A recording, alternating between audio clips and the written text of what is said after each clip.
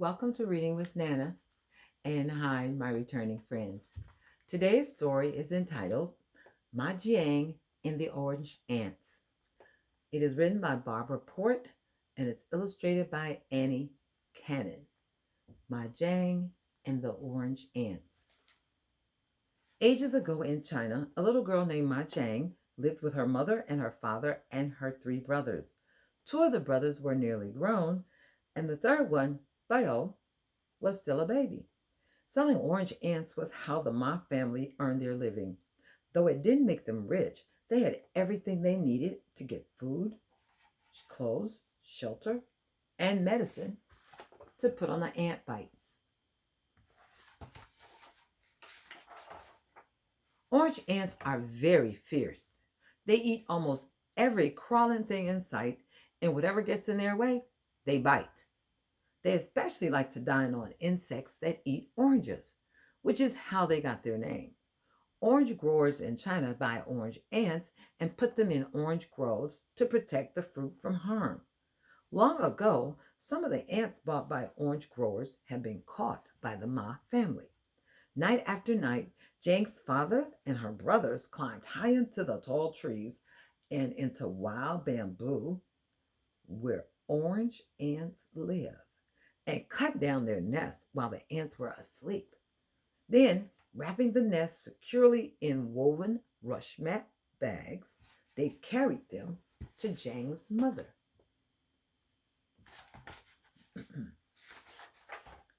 She took the ants, still in their nests, inside the bags, to market to sell. Jiang had her own job to do. She helped look after baby. Surely in all of China, there has never been a better baby, she sometimes said.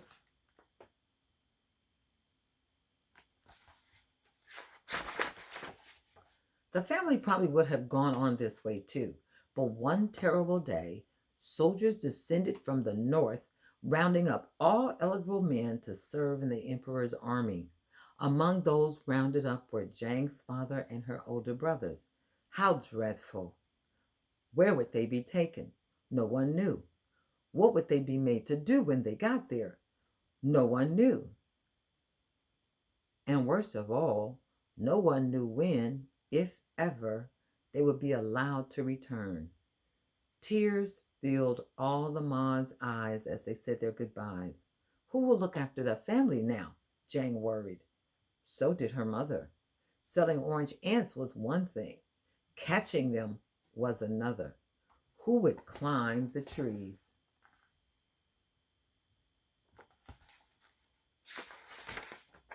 Jiang's mother didn't know how. Waste of time, that tree climbing. Attend to your weaving, her parents told her when she was growing up. So she was very good at making rush mat bags and also baskets and also woven articles. As for Jiang, she was too small to climb so high and too young to be out alone after dark. Thank goodness, she thought. Though brave in other ways, Jiang did not care too much to get too near those wild nests of orange ants. Killer ants, she told the baby. They think whatever moves is food, including fingers and toes. Taw, Biles said, as though in agreement, or perhaps hoping to be fed. By now, the last of the captured orange ants had been sold, and money was scarce. Meals were further apart than they'd been in the past, and portions much smaller. Sometimes Bao was hungry, and so was Jiang. Their mother was too. But what could she do? She was doing her best. Every minute she could spend weaving rush mat bags and baskets and trays and sieves and chicken cages and sandals and floor mats and fans and fish traps and nets to sell in the market. But only the very rich or the very lazy bought them. Others wove their own.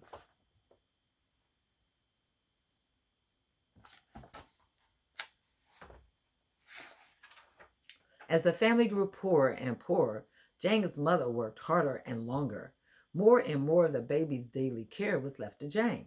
How she longed for her brother and her brothers and her father to come home. If only I were taller and less afraid of bites, we might have more to eat, Jiang told the hungry baby. Eek, Braille said sadly and sucked his thumb. Then one day, their mother had a bit of good luck. As she sat at market tending her wares, an old man approached her. He trapped bees and sold their honey for a living. Why, this is just what I need for staving off stings, he told her, draping himself in a rush mat net, plopping a chicken cage over his head, and trying on sandals. Short of money, he offered to pay in honey. Why not? Jiang's mother said. Honey makes everything taste sweeter. Carrying the honey home in the gourd, she hung it from a ceiling hook for safekeeping.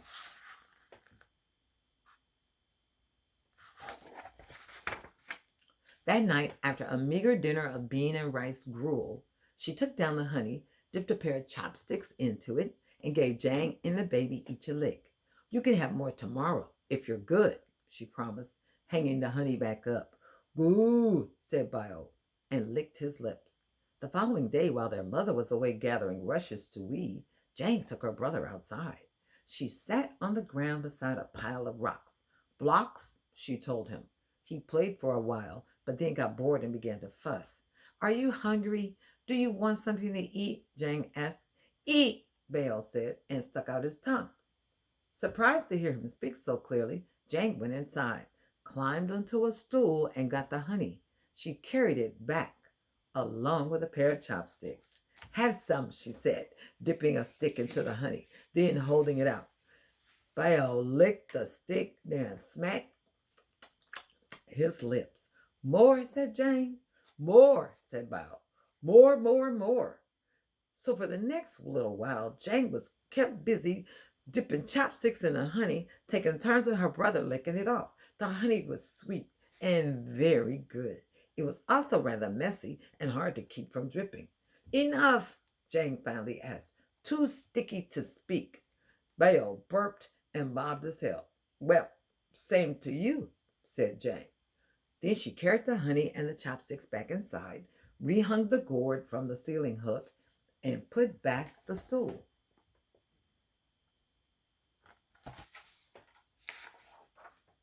When she returned, she saw her brother was staring at something moving on the ground.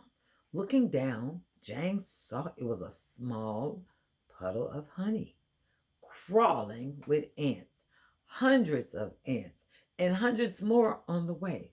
Aye! She screeched and snatched up Bio. Bah, bah, the startled baby complained. Hush, Jiang soothed. Black ants won't bite. Bite, Bio said, and struggled to get down. Nap time, Jiang told him. Carrying him indoors, she laid him in bed. No nap, said Bio, but in almost no time he was snoring. While he slept, Jiang had time to think. Of course, a honey trap. What could be simpler? She asked herself, or safer? Was there ever an ant, whatever its color, that didn't like honey? Why hadn't she thought of it before? Jiang looked around the room for something to use. Seeing one of her mother's tightly woven rush mat bags, she picked it up, unfastened it at the top, and smeared the inside with honey.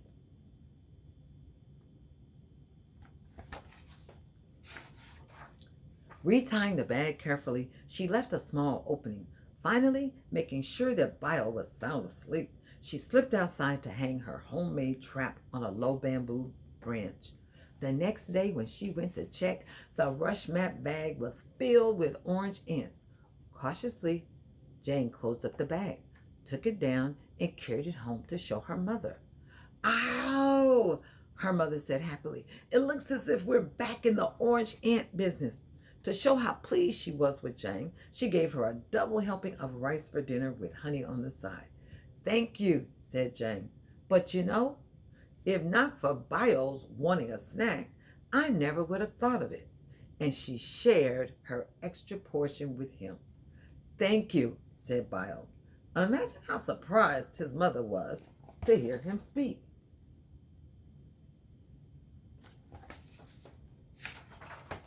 Later that same night, Jiang and her mother smeared honey inside a dozen rush mat bags. In the morning, Jiang hung them in trees where orange ants nested.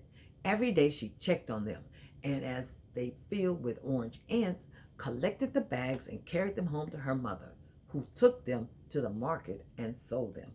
With the money she earned, she bought more honey to bait more traps. She also bought rice, sesame oil, bean paste, soy sauce, chicken, fish, and pork. Now they weren't poor anymore or hungry. This made them happier than they'd been for some time, but not completely. How could they be a family of 6 after all, but only 3 of them at home?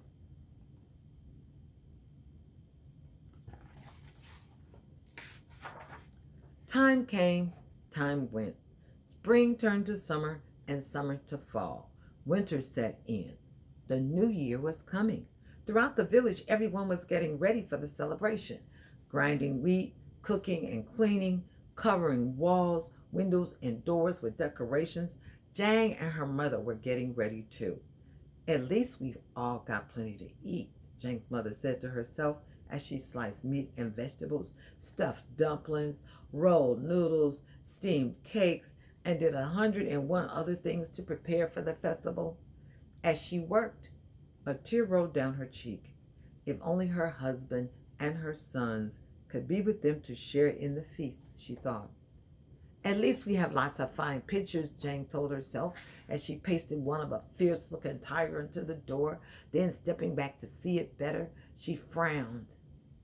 If only her father and her brothers could be with them to welcome in the new year.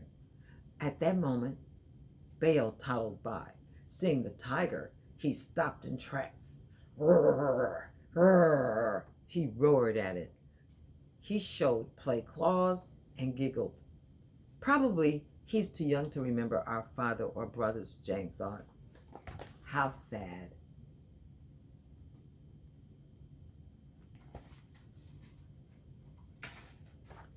Then, just 3 days before the end of the old year, when snow was on the ground, there came a tramping around. Soldiers, said the villagers, and rushed off to hide in their houses. Jiang and her mother were already in their house, salting fish in the kitchen. Baal was banging a pot. They paused to peek out. What a frightening sight.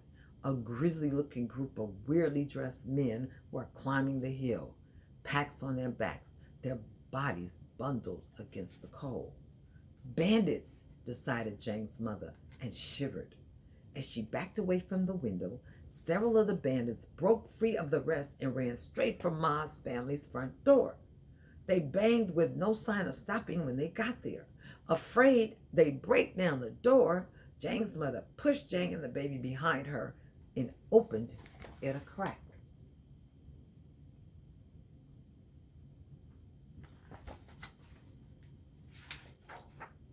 Fearfully, she watched as the bandits pulled back their hats and their face wraps. That's when Jiang's mother could see it was her husband and her 2 sons standing there in the doorway, released at last from service to the emperor. Imagine that family's rejoicing. Jiang and her mother and her father and her brothers could hardly stop bowing. Only Baal sat by himself on the floor, looking around at so much commotion. How he hated being left out. Suddenly, he pulled himself to his feet. Dad, Dad, Dad, Dad, Dad, he shrieked, and flung himself at his father. His father stepped back in surprise. Then, having regained his composure, he reached down and picked up Baal. I see while we've been gone, our babies learned to speak, he said.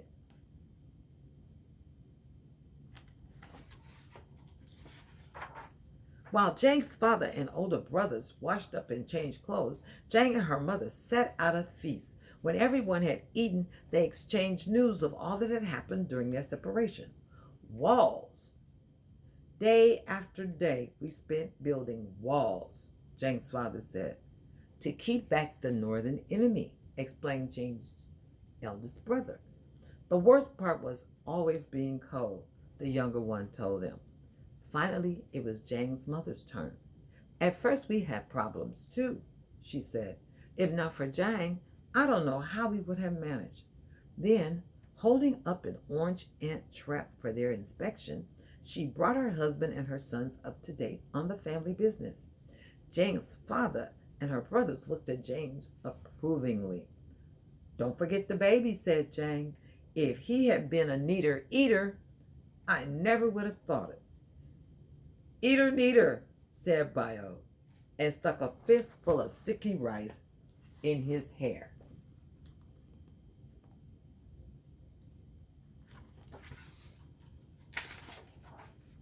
So it was that when the new year arrived, Jiang and her family had everything to be grateful for: good health, a prosperous business, plenty to eat, and everyone together to share in it besides.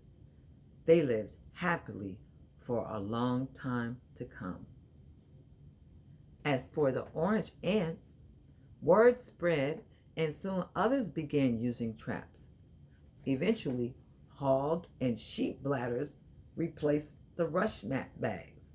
Lard was used for bait instead of honey, but the principle remained, and to this day, orange ants still guard the orange groves in parts of China. It has been that way for almost 2,000 years.